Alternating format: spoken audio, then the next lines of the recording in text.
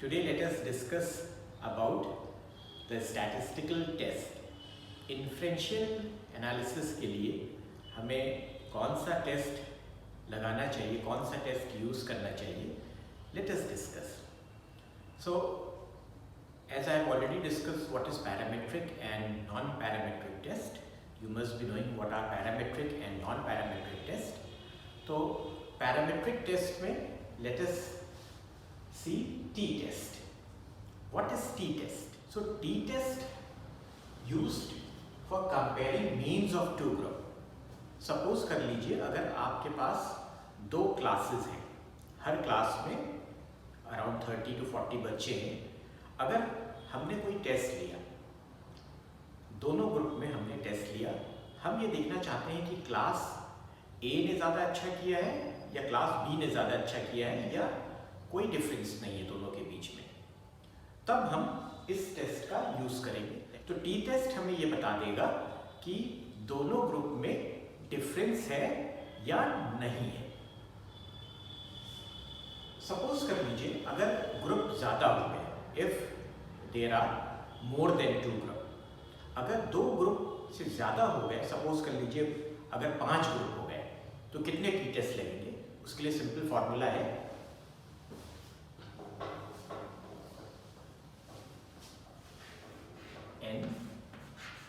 n-1/2. अगर मान लीजिए 5 ग्रुप है, देयर आर 5 ग्रुप्स,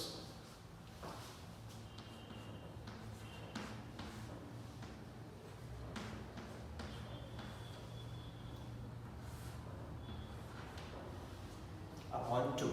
अगर इसको आप सॉल्व करें तो 5 - 1 4, 4 5 are 20, 20 upon 2 आपका 10. तो 10 टी टेस्ट लगेंगे. तो it is very difficult.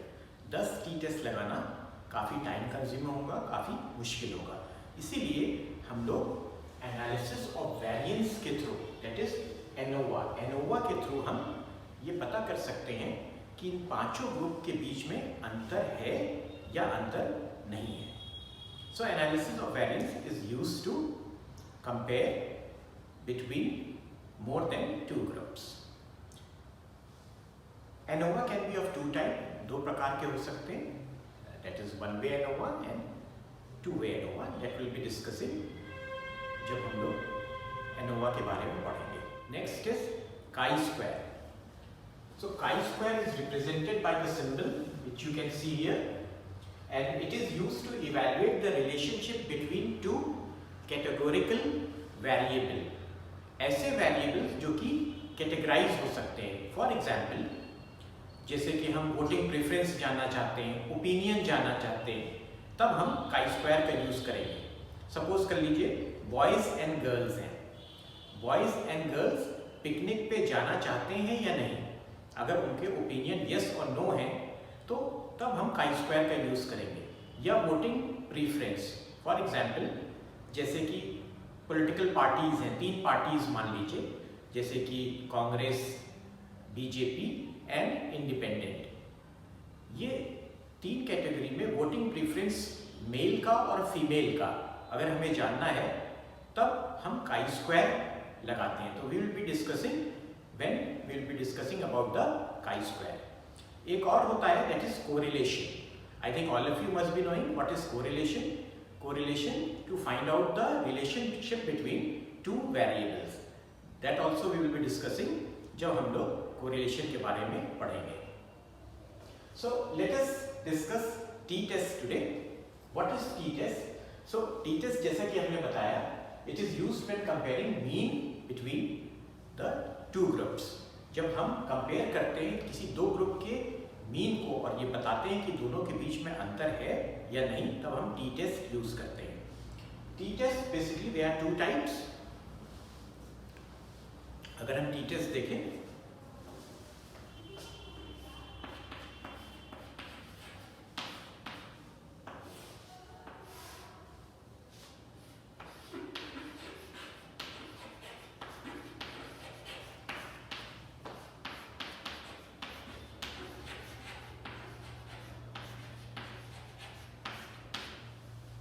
Dependent and independent. Dependent T test, जिसे हम वन सैंपल टी टेस्ट भी बोलते हैं, हम कभी कभी पेयर टी टेस्ट भी बोलते हैं, ये सब इसी कैटेगरी में आएगा, that is dependent T test. जैसे कि हम टेस्ट पोस्ट टेस्ट करते हैं, मान लीजिए एक ग्रुप है, आपने उसका जब वो नॉर्मल थे उनका एडजस्टमेंट लिया, फिर उनको पिकनिक पे ले गए, दोबारा उसी सैंपल का पिकनिक के बाद क्या एडजस्टमेंट है, जब हमने फिर से स्कोर लिया और फिर उसको कंपेयर किया, तब हम डिपेंडेंट टी टेस्ट बोलेंगे, हम डिपेंडेंट टी टेस्ट लगाते हैं। लेकिन इंडिपेंडेंट टी टेस्ट तब लगाते हैं जब हमारे पास दो डिफरेंट सैंपल्स हो। यहाँ पे सैंपल एक ही होता है, लेकिन इंडिपेंडेंट में दो डिफरेंट सैंपल्स होते हैं। जैसे कि अभी हमने एग्जांपल आपको बताया था टी टेस्ट का, दो क्लास है, class A and class B, एक में 35 स्टूडेंट्स हैं, दूसरे में 40 स्टूडेंट्स हैं। अगर हम दोनों को कंपेयर करेंगे तब हम टी टेस्ट जो लगाएंगे हम उसको इंडिपेंडेंट टी टेस्ट बोलेंगे। हम कोई भी टेस्ट लगाएं, T test, ANOVA, chi square या कोरिलेशन, कोई भी टेस्ट लगाते हैं तो उसके लिए we have to follow few steps. 5 steps हैं जिसे हमें फॉलो करना होता है। पहला, डिफाइन नल हाइपोथेसिस और एंड अल्टरनेट हाइपोथेसिस। पहले तो आप डिसाइड कर लें कि आपकी नल हाइपोथेसिस क्या है। जैसे नल हाइपोथेसिस कह रही है there is no significant difference between the two group, या आपने अल्टरनेट हाइपोथेसिस बनाई है there is significant difference between the two group. तो आपको पहले तो क्लियरली डिफाइन कर लेना चाहिए कि नल हाइपोथेसिस या अल्टरनेट हाइपोथेसिस क्या है। उसके बाद स्टेट अल्फा और level of significance. Level of significance यानी हम ये बताते हैं इसमें कि सिग्निफिकेंस आपका 0.01 लेवल पे है या 0.05 लेवल पे है। 0.01 लेवल का क्या मतलब है? 0.01 का मतलब है कि there is 1% chance of error and 99% it is correct. अगर डिफरेंस है तो 99% चांस है कि उस पर डिफरेंस होगा, 1% आपका एरर है। अगर हम लेवल ऑफ सिग्निफिकेंस 0.05 लेते हैं, यानी सार्थकता स्तर अगर हम 0.05 लेवल का लेते हैं, तब इसका मतलब ये है कि chances of error are 5% and 95% it is correct.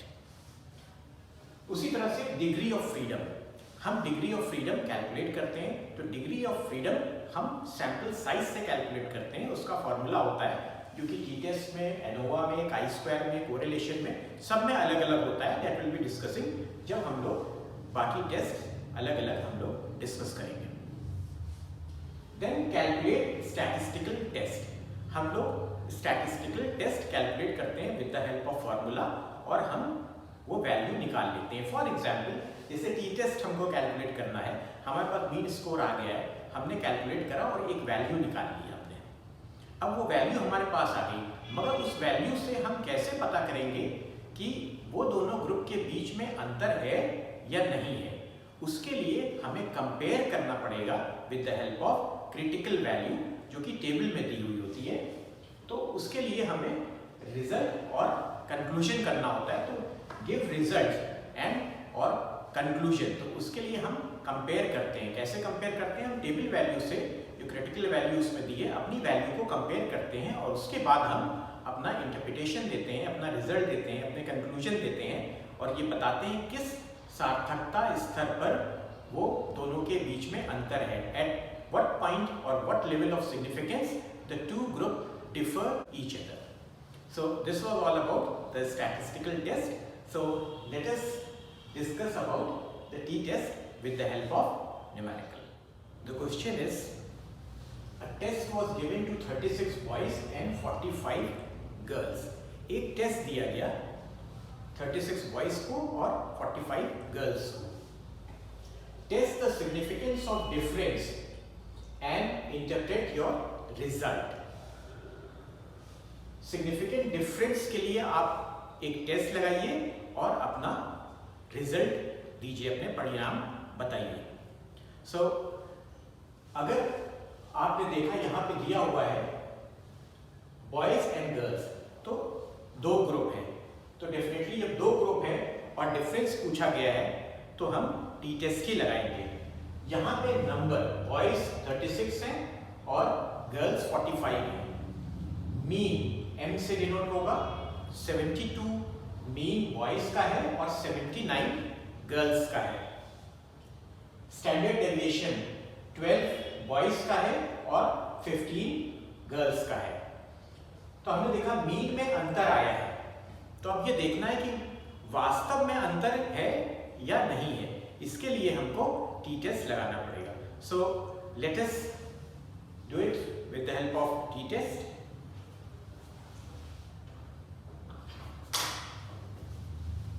हमें टी टेस्ट का फॉर्मूला पता है।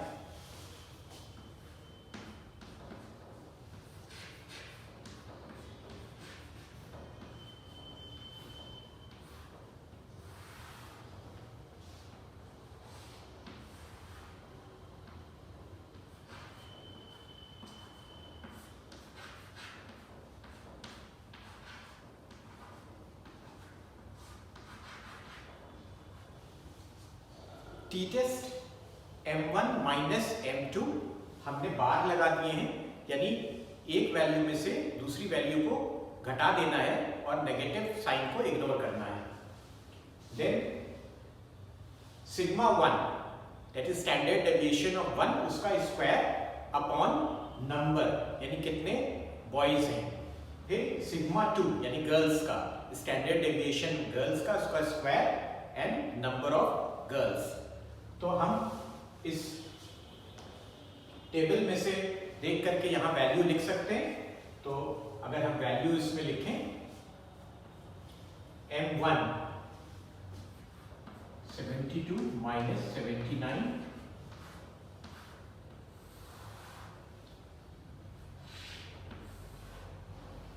सिग्मा 1 दैट इज 12 का स्क्वायर अपॉन n इज 36,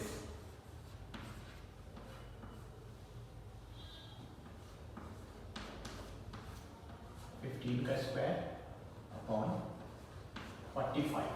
तो हमने यहां से देख करके ये सारी वैल्यूज लिख दिया है। अब इसको अगर हम सॉल्व करते हैं तो let us see what we get. 72 minus 79 तो माइनस 7 होगा, जैसा कि हमने बताया कि हमने ये बार लगा रखे हैं तो हम नेगेटिव साइड को इग्नोर करेंगे। तो वैल्यू आपकी आ गई 7 अपॉन 12 का स्क्वायर 144, तो 144 अपॉन 36 प्लस 15 का स्क्वायर is 225 अपॉन 45। जब हम इसको सॉल्व करेंगे 7 अपॉन 144 डिवाइडेड बाई 36, इसको आप कैलकुलेट करिए तो इसकी वैल्यू 4 आएगी। उसी तरह से 225 डिवाइडेड बाई 45, जब इसको कैलकुलेट करेंगे तो इसकी वैल्यू 5 आएगी। तो आपकी वैल्यू हो गई 7 अपॉन अंडर रूट 9। तो अंडर रूट 9 हमें मालूम है क्या होता है, इट इज 3। तो आपकी वैल्यू हो गई 7 डिवाइडेड बाई 3। तो 7 डिवाइडेड बाई 3 अगर आप कैलकुलेट करें तो मालूम है 3 2 6, तो ये आपका आएगा 2.33। ये हमारी कैलकुलेटेड वैल्यू है, ये हमारी t की कैलकुलेटेड वैल्यू है जो हमने इसको निकाला है। अब इसके बाद आपको, जैसा कि हमने स्टेप्स में बताया था कि आपको 5 चीज़ें पता करनी होंगी, चाहे स्टेप बाय स्टेप करिए, चाहे उसमें सीक्वेंस आप ऊपर नीचे कर सकते हैं, लेकिन लास्ट वाला सीक्वेंस लास्ट में ही आएगा, लास्ट वाला नंबर लास्ट में ही आएगा, दैट इज रिजल्ट और इंटरप्रिटेशन। तो इसके बाद हमको डिग्री ऑफ फ्रीडम निकालना है, तो DF तो टी टेस्ट के लिए आपका डिग्री ऑफ फ्रीडम का फॉर्मूला है n1 प्लस n2 माइनस 2। तो n1 कितना है? n1 इज 36 और n2 45। 36 प्लस 45 माइनस 2, तो ये आपका हो गया 81 माइनस 2 79। अब आपको डिग्री ऑफ फ्रीडम 79 पे जा करके आपको क्रिटिकल वैल्यू यानी कि टेबल में दी गई जो टी वैल्यू है उसको चेक करना है। जैसा कि हमने बताया दो लेवल ऑफ सिग्निफिकेंस है 0.05 और 0.01। तो टेबल में आप देखिएगा, टेबल में आपको क्लियरली मिलेगा कि डिग्री ऑफ फ्रीडम 79 पे 0.05 पे टी वैल्यू कितनी है और 0.01 पे टी वैल्यू कितनी है। तो हम from the table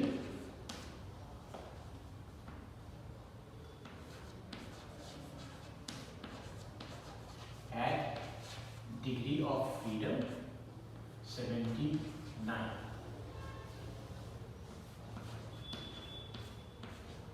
the critical value is, तो हम 0.05 पे अगर देखें तो अगर आप टेबल से देखिएगा तो आपको टेबल में 1.99 मिलेगी और 0.01 पे 2.64 मिलेगी। अब लास्ट स्टेप है आपको कंपेयर करना है और अपना रिजल्ट देना है।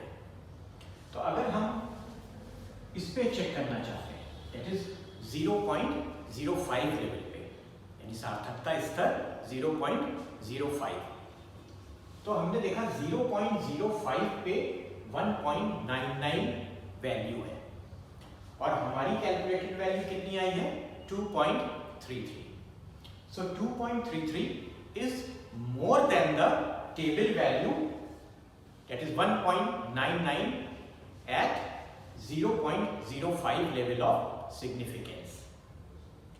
तो हम ये रिजल्ट देंगे कि क्योंकि हमारी कैलकुलेटेड वैल्यू ज्यादा है टेबल वैल्यू से, इसलिए दोनों ग्रुप के बीच में सार्थक अंतर है। दोनों ग्रुप के बीच में सार्थक अंतर है एट 0.05 लेवल। ये लिखना जरूरी होगा क्योंकि हमने 0.05 लेवल पे देखा है और कोशिश करिए कि 0.05 लेवल पे ही सारी वैल्यूज को देखिए। अगर हम 0.01 लेवल पे देखेंगे तो यहां पे टेबल वैल्यू 2.64 है, हमारी कैलकुलेटेड वैल्यू टेबल वैल्यू से कम है, तो इसलिए दोनों ग्रुप के बीच में अंतर नहीं होगा। यानी 99% अगर हम चांसेस देखेंगे तो 99% चांसेस अंतर नहीं है, 1% चांस है कि अंतर हो। लेकिन हम अगर हम 0.05 लेवल पे देखेंगे क्योंकि हमारी कैलकुलेटेड वैल्यू टेबल वैल्यू से ज्यादा है तो अंतर है, तो हम कहेंगे 95% चांसेस है कि अंतर है, सिर्फ 5% चांसेस है कि एरर हो और अंतर ना हो। तो आप कोशिश करिए कि 0.05 ही एक ही स्तर पे देखिए और दोनों स्तर में आप किसी में भी देख सकते हैं, मगर सजेस्टेबल होता है कि अगर हम 0.05 लेवल पे देखें तो इससे आपका रिजल्ट यही होगा कि there is significant difference between the two group at 0.05 level of significance. यानी दोनों ग्रुप के बीच में सार्थक अंतर है 0.05 लेवल 0.05 स्तर पर। सो let us discuss one more example. A researcher wanted to compare the study habits of undergraduate science and art students. एक रिसर्चर कंपेयर करना चाहता है दो ग्रुप, साइंस ग्रुप और arts group, under graduate students हैं यानी बीए और BSc के स्टूडेंट्स हैं, उनको कंपेयर करना चाहता है उनके स्टडी हैबिट्स पे। Test the null hypothesis that the two samples are not different in study habits. तो एक नल हाइपोथेसिस उसने फ्रेम किया है कि दोनों ग्रुप के बीच में कोई अंतर नहीं होगा, कोई सार्थक अंतर नहीं होगा। तो इस नल हाइपोथेसिस को हमें टेस्ट करना है। तो उसको टेस्ट करने के लिए हमें क्या करना होगा? तो पहले तो नंबर देख लीजिए, there are 20 arts students and 24 science students with the mean of 63 and 67 and standard deviation of 12 and 13। तो यहां पे आप देखेंगे कि मीन में अंतर आ रहा है, एक 63 और 67, लेकिन हमें टेस्ट करना है कि null hypothesis that the two samples are not different, कि दोनों के बीच में कोई अंतर नहीं है। तो उसके लिए let us calculate the T test first. So formula as we know, so we'll write 63 minus 67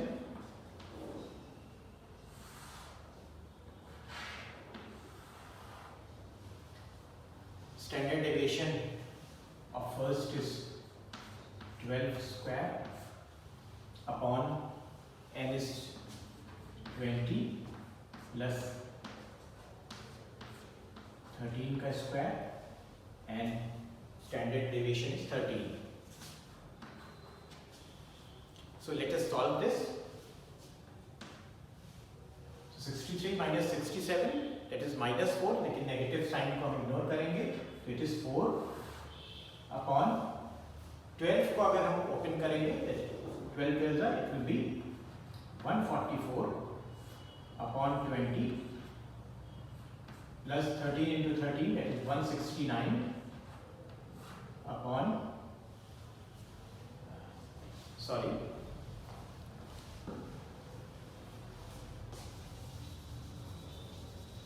here the value will be 24 upon 24। अगर हम इसको सॉल्व करते हैं 144 divided by 20 that is 4 upon 144 divided by 20 it will be 7.2 plus 169 divided by 24 वो भी approximately नहीं आएगी 7.04। Now the next step, इन दोनों को टोटल करेंगे, so total will be I think 14.24।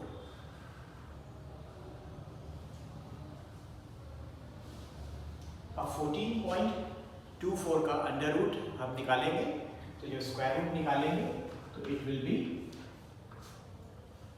3.77।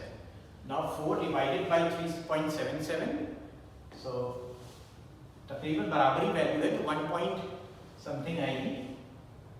So you try to calculate it, 1.06। So 1.06 या 1.05 के आसपास आएगी। So I've written 1.06, आप लोग उसे कैलकुलेट कर लीजिएगा और चेक कर लीजिएगा। Now coming to degree of freedom। Degree of freedom formula as we know, जैसे हमको मालूम है कि n1 प्लस n2 माइनस 2, तो n1 कितना है? n1 20 और n2 24, तो 20 plus 24 minus 2, so 44 minus 2 it will be 42। degree of freedom 42। So from the table at degree of freedom 42, you have to find the critical value from the table। तो अगर हम 0.05 पे देखते हैं तो क्रिटिकल वैल्यू इज 2.02। अगर हम 0.01 पे देखते हैं तो इट इज 2.70। ये हमने टेबल से निकाला है, टेबल हमने आपको ऑलरेडी प्रोवाइड किया हुआ है, तो वो टेबल से हम इसको देखेंगे। अब हमको कंपेयर करना है किससे? कैलकुलेटेड टी वैल्यू से। हमारी ये कैलकुलेटेड टी वैल्यू है और ये टेबल की टी वैल्यू है जिसे हम क्रिटिकल वैल्यू कहते हैं। तो हमें टेबल अपनी कैलकुलेटेड वैल्यू से क्रिटिकल वैल्यू को कंपेयर करना है। जैसा कि हमने बताया था कि आप कोशिश करिए 0.05 लेवल पे देखें। तो 0.05 लेवल पे अगर हम देखते हैं तो हमारी वैल्यू 1.06 है, विच इज लेस देन 2.02। तो इसका मतलब क्या है? इसका मतलब है कोई भी सार्थक अंतर नहीं है। There is no significant difference in the study habits of undergraduate arts and science student. तो हमारी नल हाइपोथेसिस करेक्ट होती है, वो सिद्ध होती है कि there is no significant difference between undergraduate arts and science student. अगर हम 0.01 लेवल पे भी देखना चाहते तो भी उससे भी कम है। जब इससे कम होगी तो डेफिनेटली 0.01 लेवल पे कम होगी ही होगी। तो हम 0.05 लेवल पे ही देख के यहीं पे अपना हम रिजल्ट दे देंगे कि दोनों ग्रुप यानी स्नातक स्तर पर आपको आर्ट्स और साइंस ग्रुप के छात्रों में स्टडी हैबिट्स के प्रति कोई भी सार्थक अंतर नहीं है। There is no significant difference between the undergraduate arts and science student at 0.05 level. I think this is clear. Thank you, class.